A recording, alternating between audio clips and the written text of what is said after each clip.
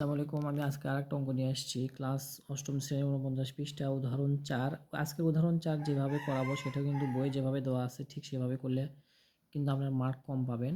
তো একটু দেখতে থাকুন। যে প্রশ্ন প্রথমত তুলেছি এ প্লাস বি সমান সমান 8 এবং এ বি সমান সমান 15 হলে এ স্কোয়ার প্লাস বি স্কোয়ারের মান নির্ণয় করো। মান নির্ণয়ের অঙ্কটা একটু এইভাবেই করতে হবে।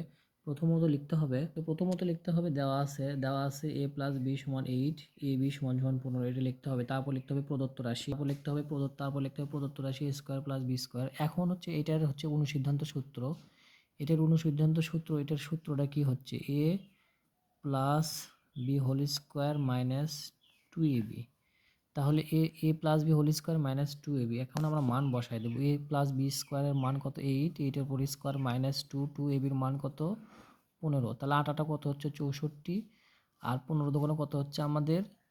30। তাহলে বিয়োগ করলে কত হচ্ছে? 34। এটা অ্যান্সার। তবে আমরা লিখতে পারবো নির্ণেয় মান। আমাদের লিখতে হবে নির্ণেয় মান 34। এইভাবে করতে হবে, তাহলে আপনার ইজিলি অঙ্কটা করতে পারবেন। এখানে এ স্কোয়ার প্লাস বি স্কোয়ার সূত্র যেমন এ স্কোয়ার মাইনাস বি স্কোয়ার সূত্র থাকতে পারে, এটা মান নির্ণয়ে সেভাবে করতে পারবেন।